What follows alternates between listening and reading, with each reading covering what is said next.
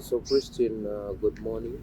Morning to you. As you know, we are running a series of cocktails where we feature some of the prominent people in the history of Kabale University. It's such a joy for us to know that you are one of the people who has been there since inception and who has seen the university grow through the years.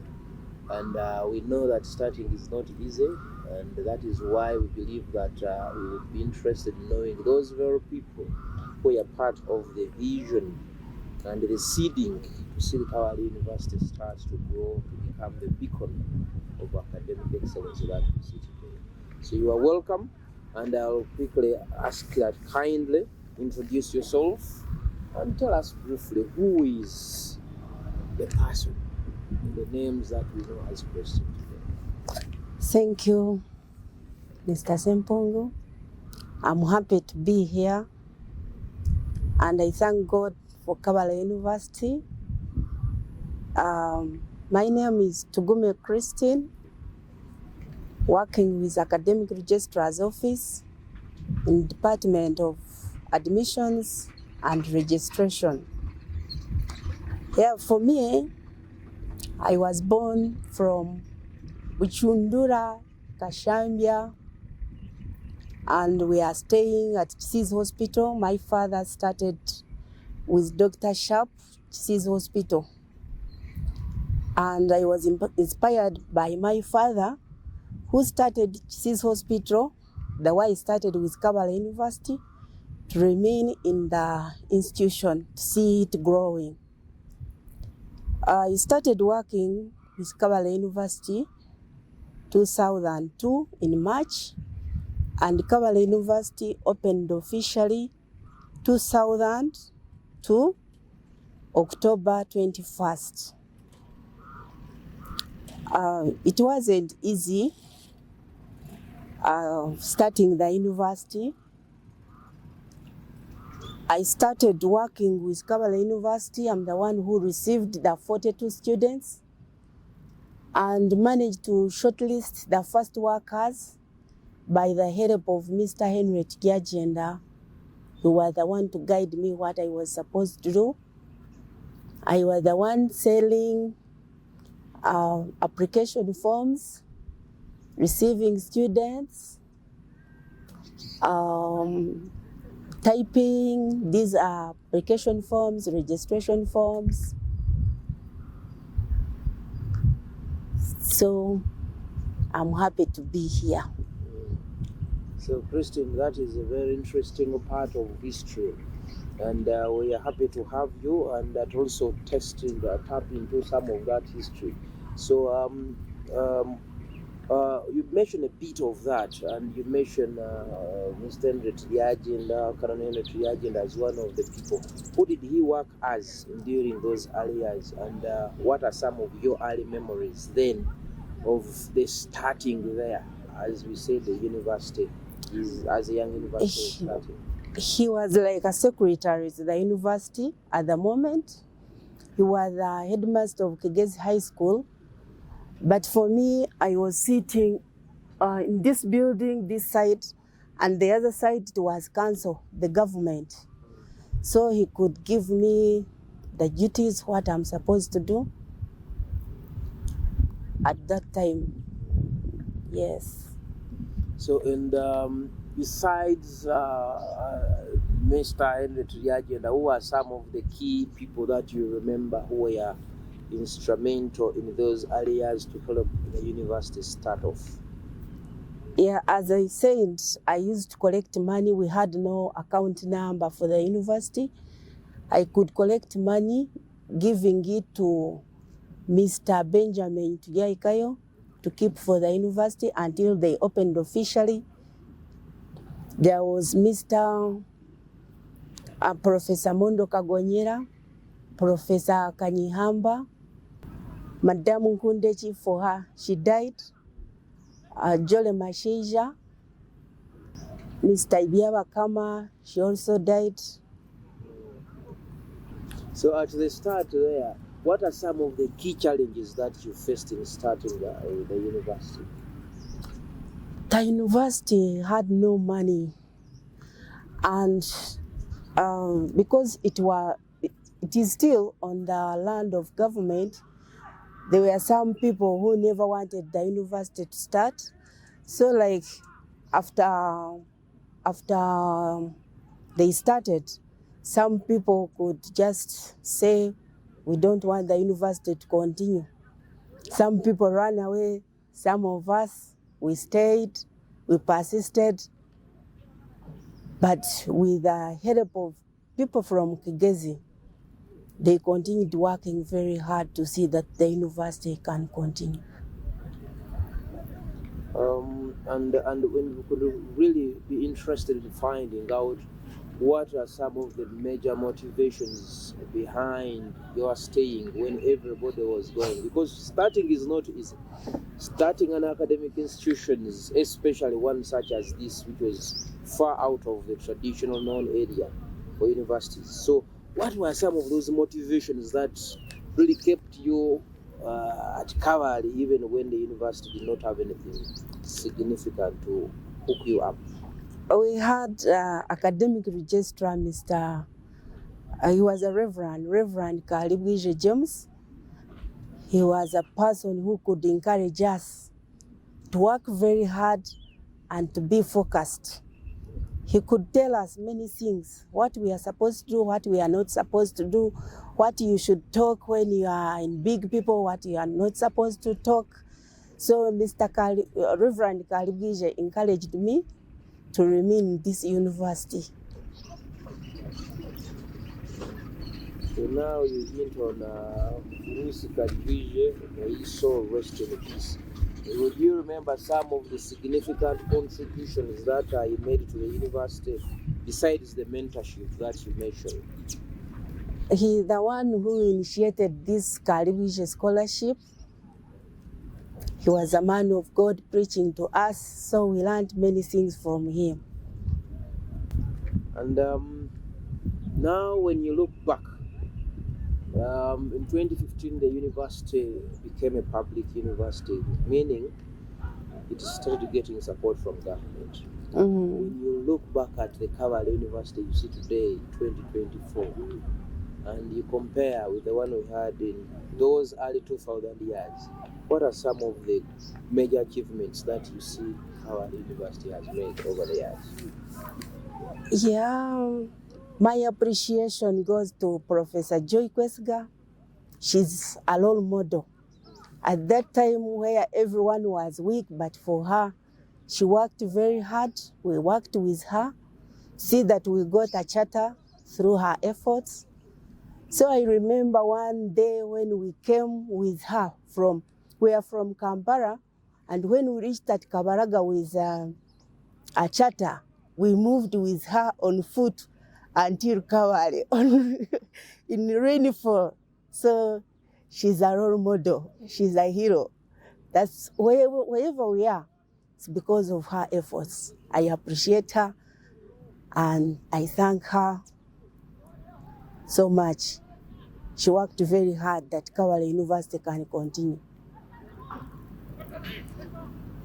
We want to hear what were your fond memories, those things you remember which are quite memorable about the early student community of students that came. You know, the original students were 42 in 2002, but over the years the population grew to thousands. But anything unique that you can remember or recall about the earliest communities of students at Kabale University? I appreciate also those 42 students. When they came, they were serious. They couldn't mind about the buildings, what was at Kabale University. They were staying in that hall, in the finance building, but all of them, they achieved their goals. They went with something. They were so serious. And in the earlier years of the university starting, some of the big communities of students we had were from Rwanda. I want to know, how did you interact with them, because they were largely French speaking, and I don't know whether you speak French. The Rwandese came later, like around 2007, 2008. But from the beginning, we started with people from Kigezi region. So how do you interact with those ones, the Rwandan students, when they came? What was the language and easier? Yeah. Okay. It was good to have them because the community, the people of Rwanda and Kigezi, we are like one. Those students used to sing and dancing at the graduation grounds. Everything was good. They were like our own people. Have you seen in the earlier years the university impacting the nearby community? What was the nearby community's response to the university in the early years as it was starting? It was good. There was no problem with community. Apart from some individuals who never wanted the university, saying they should close it. Today you could hear in the newspapers, the university has been closed. Tomorrow is open. For us, we continued working. So it wasn't easy, but by the grace of the Lord, it's like this.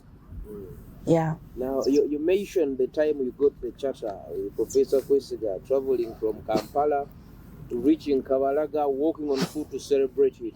One such other milestones that the university also celebrated was the receiving of other assets like the university bus and all of that. Which are some of those that you fondly remember, achievements that really caused celebrations in Kabale? The charter and government status. Yeah. In 2015, government takeover. That was another milestone. Okay. Yes. What dream do you have of seeing Kabale University become? Yeah, I can see a big dream, big vision for Kabale University. Where we started from is where we are now. There is a step. And I hope to see Kabale University being like Harvard, being a great university. Yeah. Who are some of the staff that you remember fondly? Who are among the earlier staff in the early 2000s that you see around today? There is Digina Kenyonyozi, Mr. Besiga Bernard. Yeah. These are some of the earlier. Okay. And probably I could also ask that what would be your message to the new staff that have come over the university, especially from youth such as the senior staff who has been here for some time? Your word of inspiration. My word, which I can give to the new staff, is continue working as a team, as a family, with love and kindness, because that's how we started. With the guidance of Reverend Kalibije, we lived like a family. So I encourage everyone here to live together as sisters and brothers and working as a team. Thank you. We also want to hear who are some of the earlier officers there in terms of Vice Chancellor. You only mentioned Canon Kalibije. The earlier leadership of the university that you remember. The first Vice Chancellor was called Professor Levy. The University Secretary was Professor Ashley. Professor Jarugaba was a consultant. When Professor Levy left and went back to Italy, Professor Jarugaba replaced him as acting. Then after Professor Jarugaba, Professor Joy Kwesiga came in. Those people, they had a spirit. They were not working for money, but you could find the vehicles here without fuel, without allowances. They worked very hard. Yeah, may God bless them. Those who are still alive, those who have already gone, may their soul rest in peace. Some of the great promoters we've had, like the late Governor of the Bank of Uganda, Professor Emmanuel Tumusime Mutebile, and the former Prime Minister, Professor Dr. Ruhakana Rugunda, among others. Others like Mr. Mbire Charles, Garuga Msinguzi. What lessons do we learn from them? Because those are people who committed to education, though many of them were not even directly into education. What lessons do we learn from them about bearing a vision? What I learned about the people of Kigezi, including amongst the people you have talked about, they had a spirit for their nation, for their people. So it was so great, so encouraging.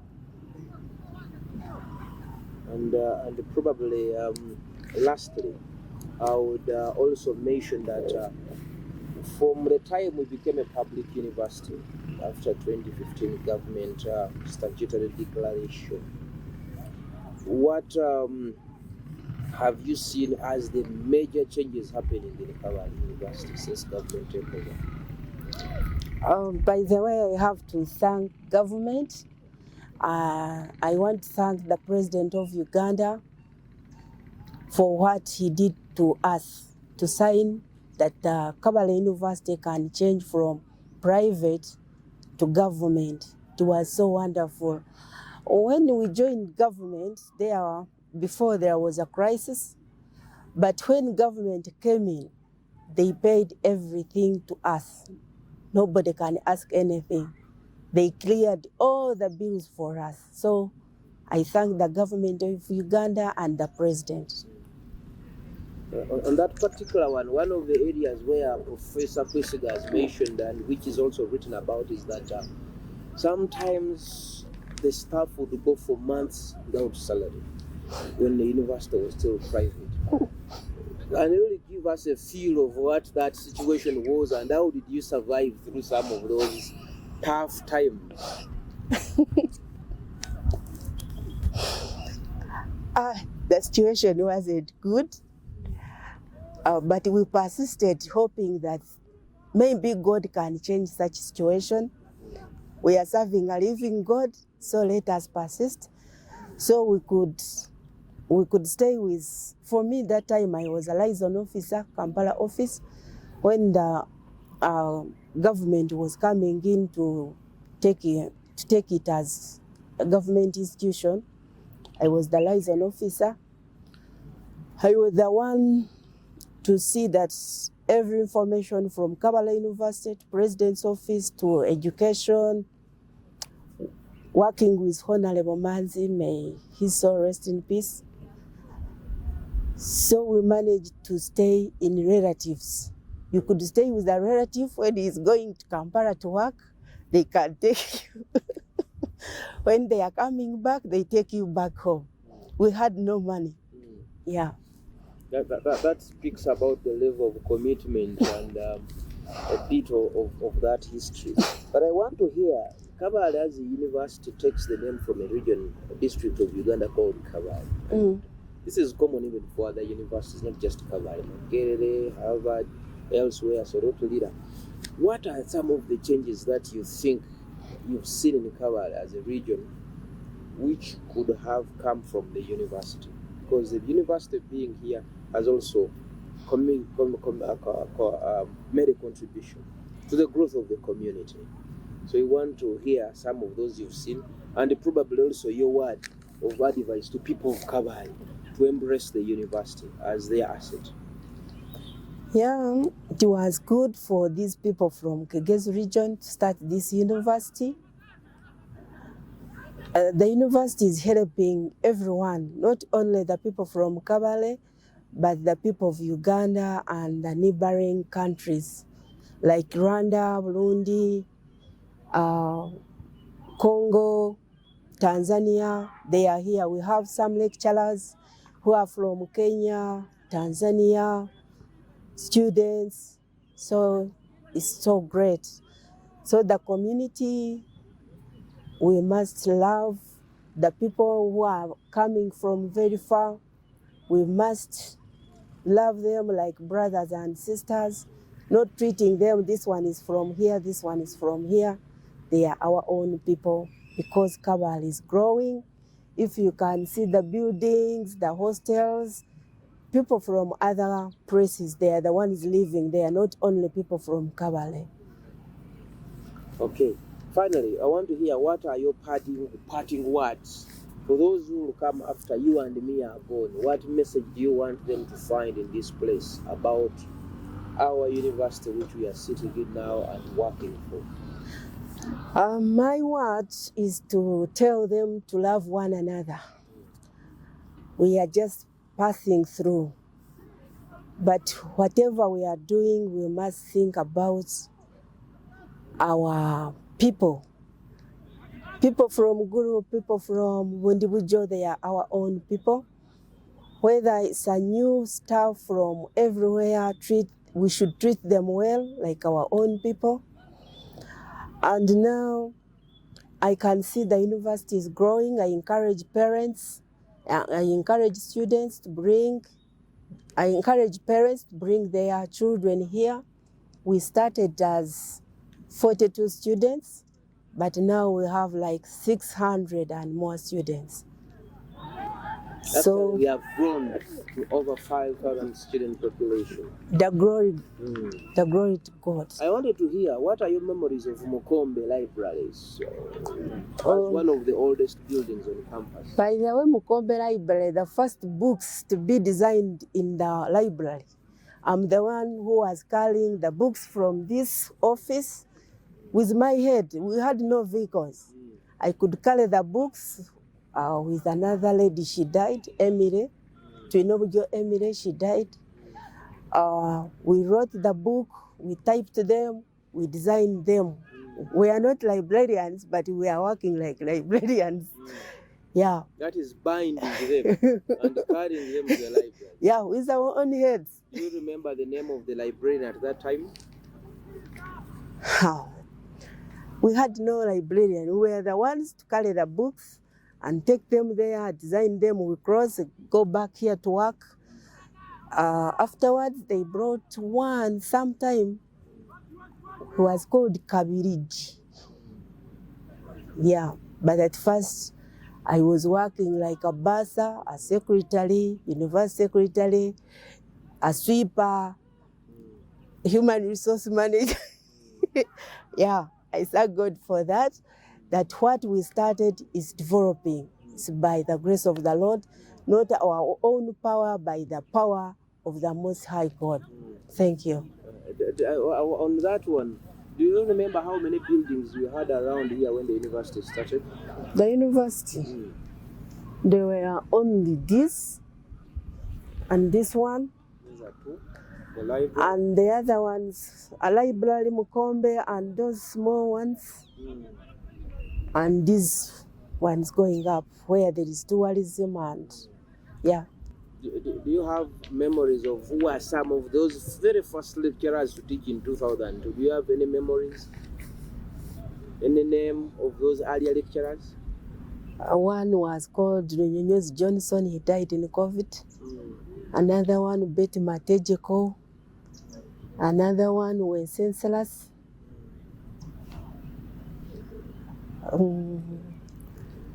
Yeah, we had Kalunji Monica, but afterwards he went to Mbarara. They were like 6 or 7. Yeah. And those are more like volunteers because the payments then were not very guaranteed. If we could get money, it was good. If we don't get, we continued working. It was part of community service. Yes. Okay. Thank you so much. You're welcome. It has been a pleasure having you.